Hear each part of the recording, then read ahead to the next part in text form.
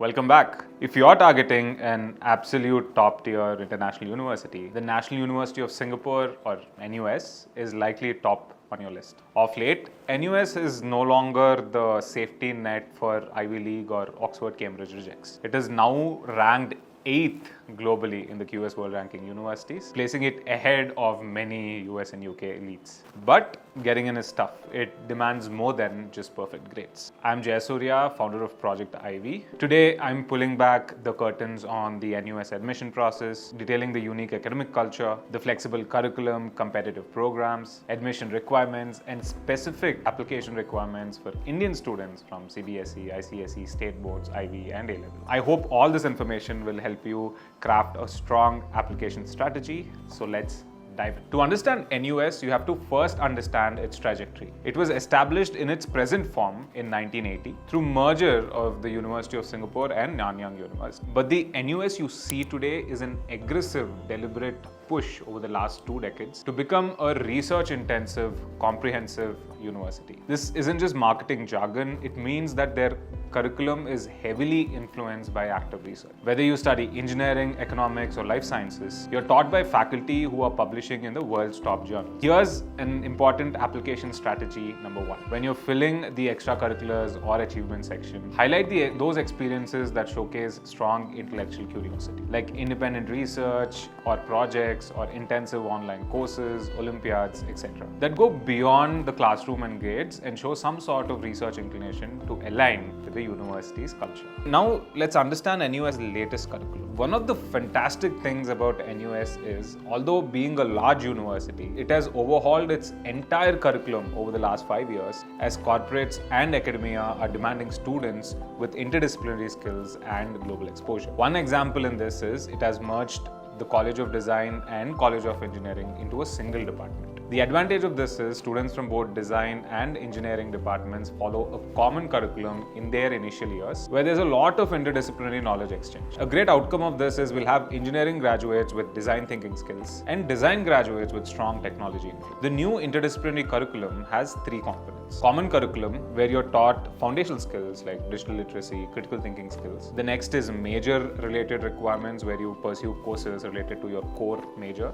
And third is the unrestricted electives, which is a game changer that carries 30% of your total credit requirement. What can you do with this unrestricted elective space? Number 1 is double major. You can pursue a second major from a completely different faculty. Say like economics and data analytics, often within the 4 years of your undergraduate study. Another is minors. You can pursue minors from other departments, say like music, literature, history, economics, etc. And sometimes you can even stack 2 minors as well, along with your major. Another one is design your own module, DYOM. This is rare globally. NUS allows you to design your own curriculum, pick your own courses, or take online courses from certified websites like EDX, which you can transfer those credits to your actual degree, which means you can literally choose what you want to learn. Apart from this interdisciplinary flexible curriculum, there's another huge differentiator. Since NUS is a huge university with tens and thousands of students, the university has come up with a college system where students can choose to be part of a residential college as a community and follow a different, slightly liberal sort of curriculum in addition to their major curriculum. The aim is to give a sense of unique community, good intellectual exchange, and build lifelong bond among the students. Now, there are 2 types of colleges. One is the residential college, where places like Tembusu or Cinnamon College offer liberal arts style of living within the massive university. You live there together, take seminar-style classes within your college, along with other resident members. It is a community within a city. The other one is NUS College. This is their honors college, replacing the old Yale-NUS partnership, which is incredibly competitive to get into and offers a tailor-made interdisciplinary curriculum. In order to be part of these colleges, you need to separately apply to them as part of your application process, where you have additional essays and interview components.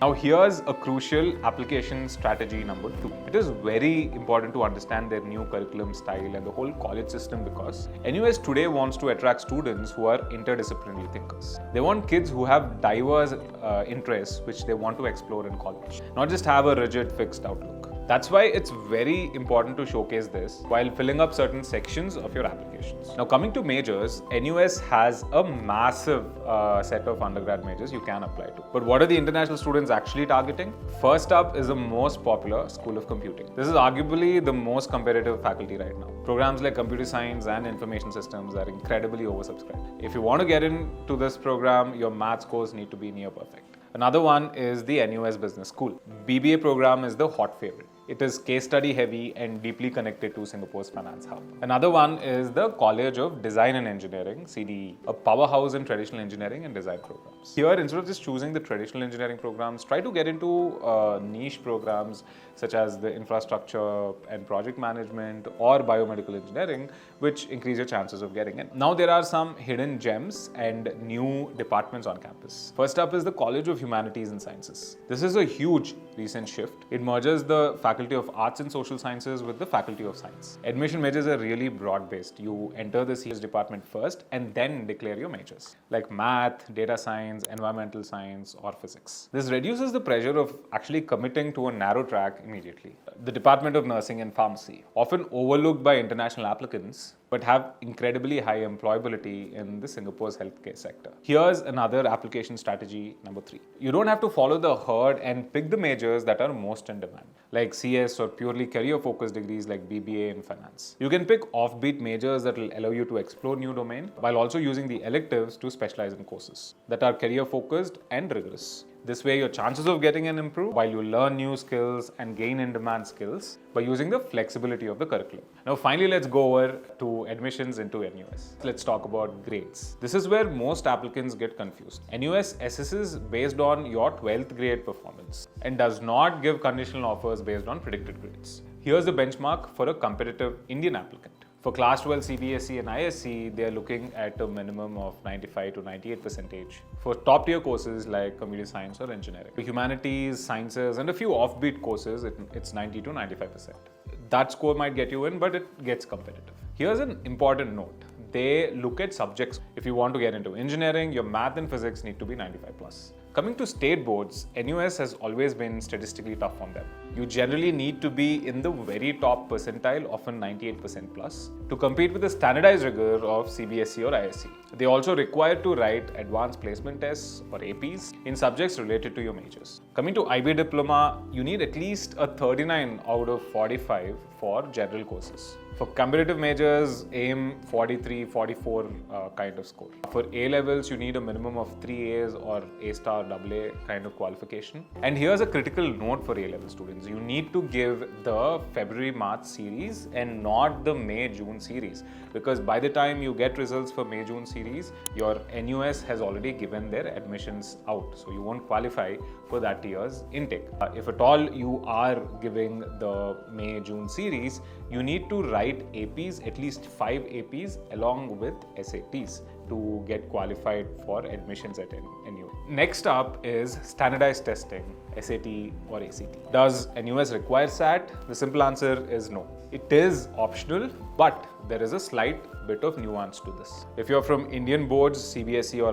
ISC, it's not strictly required, but highly recommended. Especially if your 10th or 11th grade scores are inconsistent, a good SAT score, upwards of 1500 plus, showcases rigor. If you're from state board, I definitely recommend you to submit SAT, especially if you're scoring above 1500 in SAT or 33 plus in ACT, to show them your academic caliber. Coming to JEE Advanced, interestingly, for engineering applicants, a strong JEE Advanced rank can be a massive value add, though it's not a strict requirement. Coming to IB and Cambridge students, you can submit your SAT scores if you are scoring above 1500 plus, although it's not an absolute necessary because your boards are already considered pretty rigorous. Next up is aptitude-based admissions. NUS has an aptitude-based admission section as part of your applications. And this is where you can show your worth beyond academics. They have short answer questions and space to upload your documents, where you can address your achievements such as your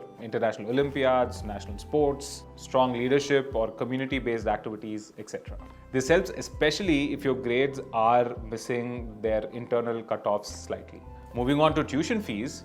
For international students, the tuition fee is around 40,000 Singapore dollars, which is around 25 lakhs. The medicine and dentistry courses are double the price. NUS also offers tuition grants based on your merit, which pretty much cuts your entire tuition fee by half. But this tuition grant comes with a 3-year service bond agreement. You have to work in Singapore 3 years post-graduation. Coming to application deadlines, the applications open up early December for international students. So the applications are usually open till late February. And the results are released between May and July, which is after you submit your 12th board results. Remember that you need to upload your 12th grade marks within 24 to 48 hours of your results being out to be considered into their admissions. This is very critical, don't miss out on this. The final verdict now, is NUS right for you? NUS is not for students who just want to coast through college. Their bell curve grading system is famous but brutally competitive. It's for a student who has high academic consistency and wants to mix and match disciplines like tech plus business, who's also ready to work in a high-speed Asian metropolis immediately after graduation. If you're ready to build a profile that makes you stand out in a highly competitive pool, you need a strategy that goes beyond just good grades. That's it, guys. Hope that was helpful to know about NUS. If at all you're applying to NUS, just comment below what major combinations you are applying to. I'm really interested to know. If at all you have any questions regarding the application process, if you need any help with career counseling, admissions consulting for NUS, do get in touch with us.